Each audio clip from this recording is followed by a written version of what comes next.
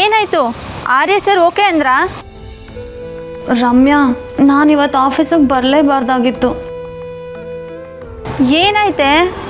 ಏನೋ ಮಾಡೋಣ ಅಂತ ಬಂದರೆ ಇದು ಬೇರೆನೇ ನಡೀತಿದೆ ಕಣೆ. ಮೀಟಿಂಗ್ ಇದೆ ಅಂತ ನಂಗೊಂದು ಮೇಲ್ ಸಹ ಬಂದಿಲ್ಲ.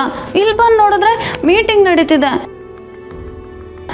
ನನಗೂ ಹೇಳಿದರೆ ನಾನು ಕರೆಕ್ಟ್ ಟೈಮಿಗೆ ಮೀಟಿಂಗ್ ಬರ್ತಿದ್ದೆ ಅಲ್ವಾ? ಏನೂ ಹೇಳ್ದೆ, ಏನೂ ಗೊತ್ತಿಲ್ಲದೆ ನನ್ನ ಮೇಲೆ ರೇಗಿದ್ರೆ ನಾನೇನೇ ಮಾಡಲಿ? ಅನು ಯಾಕೋ ಅಪ್ಸೆಟ್ ಆಗಿದ್ದಾಳೆ ಕಣೋ. ಇರು ನೋಡಾನು, ನೀನು ಇವಾಗ ಏನೂ ಡಿಸಿಷನ್ ತೊಗೊಳಕ್ಕೆ ಹೋಗಬೇಡ. ಆರ್ಯ ಸರ್ ಮೀಟಿಂಗ್ ಮುಗಿಸಿ ಬರಲಿ, ಆಮೇಲೆ ಮಾತಾಡು. ನನ್ನ ಹತ್ರ ಇನ್ಮೇಲೆ ಅವ್ರು ಸರಿಯಾಗಿ ಮಾತಾಡ್ತಾರೆ ಅನ್ನೋದು ಸಹ ನನಗೆ ಡೌಟ್ ಆಗ್ತಿದೆ ಕಣೆ. ಹಾಗೆಲ್ಲ ಏನೂ ಇಲ್ಲ, ನೀನೇ ಜಾಸ್ತಿ ಯೋಚನೆ ಮಾಡಬೇಡ. 10 ಜನ ಇರೋ ಕಡೆ ಬಾಸ್ ಥರನೇ ಇರಬೇಕಾಗುತ್ತೆ. ನೀನೇ ಸ್ವಲ್ಪ ಅಡ್ಜಸ್ಟ್ ಮಾಡ್ಕೊ. ಸಂಪತ್ ಹೇಳ್ದಂಗೆ ಪ್ರೈವಸಿಲಿ ಮಾತಾಡು, ಎಲ್ಲ ಸರಿ ಹೋಗುತ್ತೆ. ಸಂಪತ್ ನಿಮಗೋಸ್ಕರ ಮೂವಿ ಟಿಕೆಟ್ ಬುಕ್ ಮಾಡಿದ್ದಾನೆ.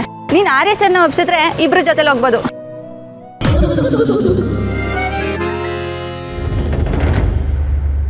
ಮನ್ಸಾರೆ ಮಾತಾಡೋದಕ್ಕೆ ಒಳ್ಳೆ ಜಾಗ ಮತ್ತು ಅವಕಾಶ ಸಿಕ್ಕಂಗಾಗುತ್ತೆ. ನೀನು ಆಮೇಲೆ ಕಾಲ್ ಮಾಡು. ಬಾಯ್.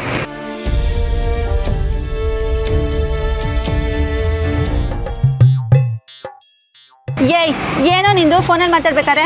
ಅಯ್ಯೋ ರಮ್ಯಾ, ಯಾವ ಸಿನಿಮಾ ಥಿಯೇಟ್ರು ಓಪನ್ ಇಲ್ಲ, ಬರೀ ಮಾಲ್ ಓಪನ್ ಇರೋದು. ಇದನ್ನೇ ತಾನೇ ನಾನು ಅವಾಗಲೇ ಹೇಳಿದ್ದು, ಮಾತಾಡಬೇಡ ಅಂತ ನನ್ನೇ ರೇಗ್ದೆ. ಏನು ಮಾಡೋದು ಇವಾಗ? ನೋಡೋಣ ಇರು, ಅಲ್ಲೇನಾಗುತ್ತೆ ಅಂತ. ಅನುನೇ ಕಾಲ್ ಮಾಡಲಿ.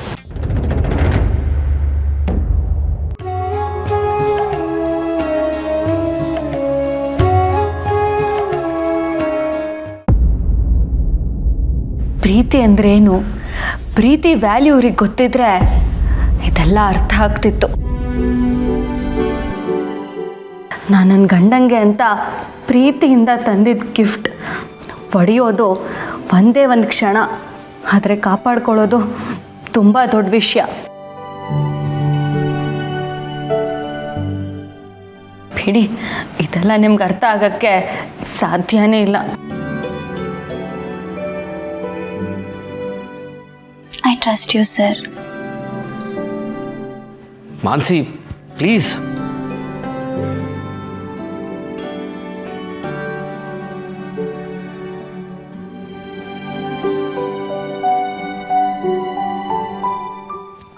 ಮಾನ್ಸಿ, ಪ್ಲೀಸ್ ಅಳ್ಬೇಡ ಮಾನ್ಸಿ. ನೀನೀಗ ಹತ್ರ ನನ್ನ ಆಫೀಸ್ಗೆ ಹೇಗೆ ಹೋಗೋದು?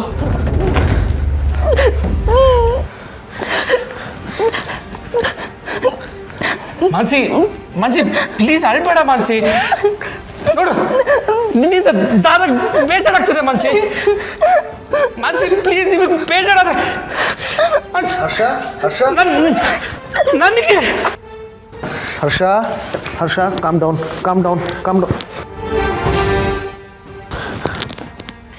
ಮಾತ್ರೆ ತಗೋ. ನಾನೇನು ಬೇಜಾರು ಮಾಡ್ಕೊಂಡಿಲ್ಲ. ಮಾತ್ರೆ ತಗೋ. ನೀನು ಆಫೀಸಿಗೆ ಬರದೆ ಹೋದರೂ ಪರವಾಗಿಲ್ಲ ಹರ್ಷ. ನೀನು ಟೆನ್ಷನ್ ಮಾಡ್ಕೋಬೇಡ, ಸರಿನಾ? ನೀನು ಇದ್ದೇ ಆಗುವಂಥ ಮೀಟಿಂಗ್ಸ್ ಇವತ್ತೇನಿಲ್ಲ. ಆ ಥರ ಏನಾದರೂ ಇದ್ದರೆ ನಾನು ನಿಂಗೆ ತಿಳಿಸ್ತೀನಿ, ಸರಿನಾ ರಜಾ? ಹಾಂ,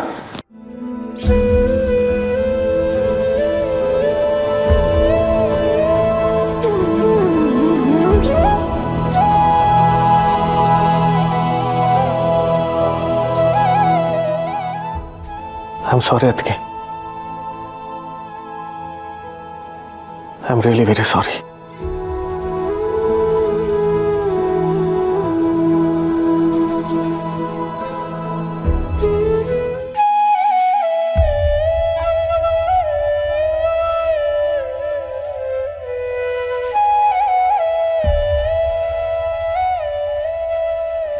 ಈ ಮೇಡಮ್ ಅವ್ರನ್ನ ಆಯ್ಕೆ ಮಾಡಿದ್ದೀರಿ.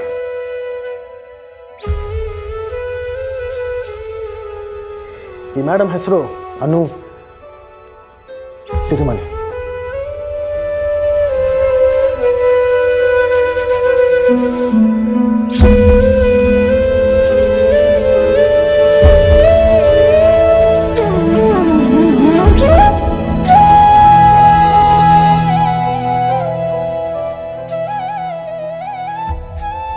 ರಮ್ಯಾ, ಇನ್ಮೇಲೆ ನನ್ನ ಕೈಲಿ ಆಗಲ್ಲ ಕಣೆ. ಎಲ್ಲ ಥರದಲ್ಲೂ ನಮ್ಮಿಬ್ಬರ ಮಧ್ಯ ವ್ಯತ್ಯಾಸ ಇರುವಾಗ ಪ್ರೀತಿ ಮೇಲೆ ಎಷ್ಟು ಅಂತ ಭರವಸೆ ಇಡ್ಲಿ ರಮ್ಯಾ ನಾನು. ಇನ್ಫ್ಯಾಕ್ಟ್ ಒಬ್ರನ್ನೊಬ್ರು ಪ್ರೀತಿನ ಹೇಳ್ಕೊಂಡಿಲ್ಲ ಅಂದಮೇಲೆ ಅದು ಪ್ರೀತಿನೇ ಅಲ್ಲ ಕಣೆ. ಸಾಕು, ಇನ್ನಾಗಲ್ಲ ನನಗೆ. ಇನ್ನು ಶುರುವೇ ಆಗ್ತಿರೋ ಪ್ರೀತಿನ ಮುಗಿಸೋದೆ ಒಳ್ಳೇದು ಅನಿಸ್ತಿದೆ. ಯಾವುದೋ ಒಂದು ನೆಗೆಟಿವ್ ವಿಷಯನ ಇಟ್ಕೊಂಡು ಇಡೀ ರಿಲೇಶನ್ಶಿಪ್ನ ಬೈಬೇಡ ಅನು. ಯಾರು ಹೇಳಿದ್ದು ಬಾಯ್ ಬಿಟ್ಟು ಹೇಳಿದ್ರೆ ಮಾತ್ರ ಪ್ರೀತಿ ಶುರು ಆಗೋದು ಅಂತ? ಅದೇನು ಬ್ಯಾಂಕ್ ಅಕೌಂಟಾ ಫಾರ್ಮ್ ತಗೊಂಡು ಫಿಲ್ ಮಾಡಿ ಶುರು ಮಾಡೋಕ್ಕೆ? ನಿನ್ಗನ್ಸ್ತು ಅಷ್ಟೇ, ಅಲ್ಲಿಂದ ಶುರು. ನಾವಿಷ್ಟಪಡೋರ್ಗೂ ಹಾಗೆ ಅನ್ನಿಸ್ಬೇಕಲ್ವ ರಮ್ಯಾ? ನಾನು ಮೀರಾ ಮ್ಯಾಮ್ ಮನೆಗೆ ಹೋಗಿ ಬಂದಾಗಿಂದ ಆರ್ಯ ಸರ್ ಮತ್ತೆ ಮೀರಾ ಮ್ಯಾಮ್ ಮಧ್ಯ ನಾನು ಮೂರನೇವಳು ಅನ್ಸಕ್ ಶುರು ಆಗಿದೆ ಕಣೆ. ಅಷ್ಟೇ ಅಲ್ವೇ, ಆರ್ಯ ಸರ್ಗೆ ನಾನು ಯಾವುದೇ ರೀತಿಲೂ ಮ್ಯಾಚ್ ಆಗ್ತಿಲ್ಲ ರಮ್ಯಾ. ಅವ್ರಿಗೆ ಎಷ್ಟು ದೊಡ್ಡ ಜರ್ನಿ ಇದೆ. ಮೀರಾ ಮ್ಯಾಮ್ ಮನೇಲಿ ಆರ್ಯ ಸರ್ ಫೋಟೋಗಳ ಎಲ್ಲಾನು ಹೇಳ್ತಿದ್ದಾವೆ. ಅವ್ರ ಪ್ರೀತಿ ಮುಂದೆ ನನ್ನ ಪ್ರೀತಿ ಸ್ವಾರ್ಥ ಕಣೆ. ಇದೆಲ್ಲ ನಿನ್ನ ಯೋಚನೆಗಳಲ್ಲ ಅನು, ಪಕ್ಕ ಮೀರಾ ಮ್ಯಾಮೇ ನಿನ್ನ ತಲೆಗೆ ತುಂಬಿರೋ ಮಾತುಗಳು.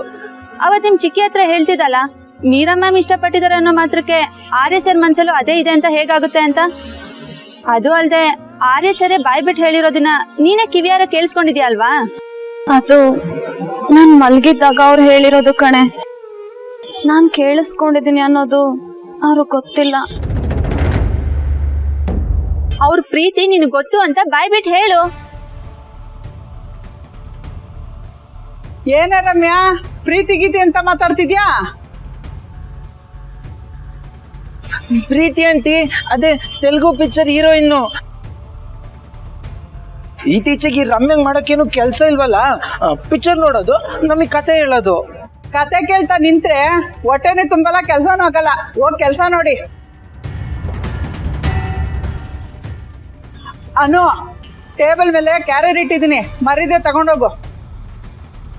ಟೈಮ್ ಆಯ್ತಲ್ಲ, ಇನ್ನು ಮಾತಾಡ್ತಾ ನಿಂತಿದ್ದಲ್ಲ, ಹೋಗ್ ಆಫೀಸ್ಗೆ. ಸರಿ ಅಮ್ಮ. ಹಾ. ಜೊತೆ ಜೊತೆ